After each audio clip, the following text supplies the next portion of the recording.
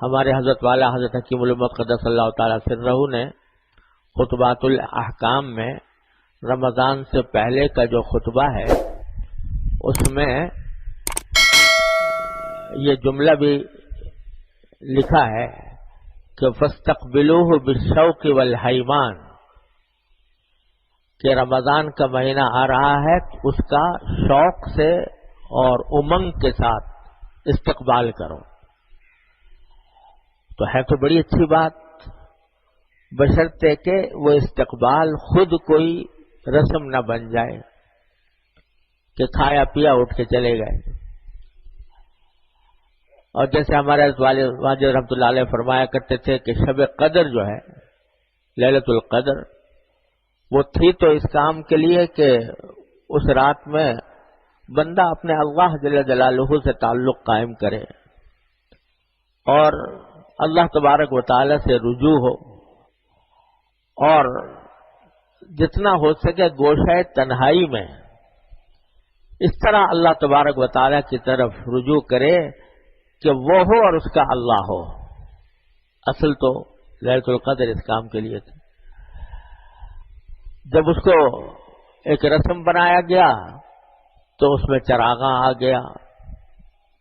چراغاں کیا جا رہا ہے مسجدوں میں،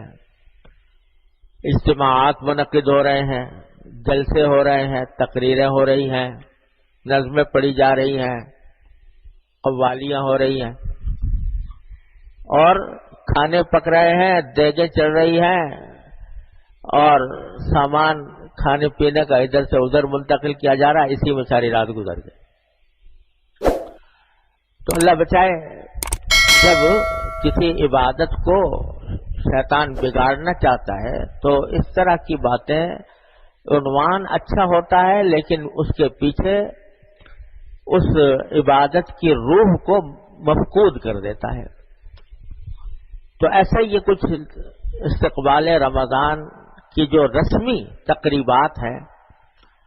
اس سے کوئی خاص حاصل نہیں، بلکہ خطرہ ہے کہ وہ بھی کوئی بدعت کی شکل نہ اختیار کر جائے۔ اصل استقبال یہ ہے کہ آدمی یہ سوچے کہ یہ مہینہ جو آنے والا ہے یہ اللہ جل جلالہ کا کتنا بڑا انعام ہے اور کیوں بھیجا گیا ہے، اور جس مقصد کے لیے بھیجا گیا ہے اس مقصد کو حاصل کرنے کے لیے مجھے کیا تیاری کرنی چاہیے ابھی سے۔ وہ تیاری اور اس کی قدردانی اور پہلے سے اس کے لیے اپنے ذہن کو، اپنے نظام عمل کو تیار کرنا، یہ ہے حقیقت میں استقبال، جس کو فرمایا حضرت والا نے خطبۃ الاحکام میں کہ فاستقبلوہ بالشوق والحیمان، کہ ذوق و شوق کے ساتھ، امنگ کے ساتھ اس کا استقبال کرو۔ ایسا استقبال کہ نبی کریم سرور عالم صلی اللہ علیہ وسلم 3 مہینے پہلے، 2 مہینے پہلے رجب کا چاند دیکھ کر فرما رہے ہیں کہ اللہم بارک لنا فی رجب و شعبان وبلغنا رمضان۔ پہلے سے اشتیاق ہے، پہلے سے انتظار ہے، اور اشتیاق کے عالم میں یہ دعا فرما رہے ہیں کہ یا اللہ ہماری عمر اتنی کر دیجئے کہ ہم رمضان تک پہنچ جائیں، رمضان کی ساعتیں ہمیں نصیب ہو جائیں۔ یہ ہے استقبال۔ تو اس کے لیے ضروری ہے کہ ذرا سا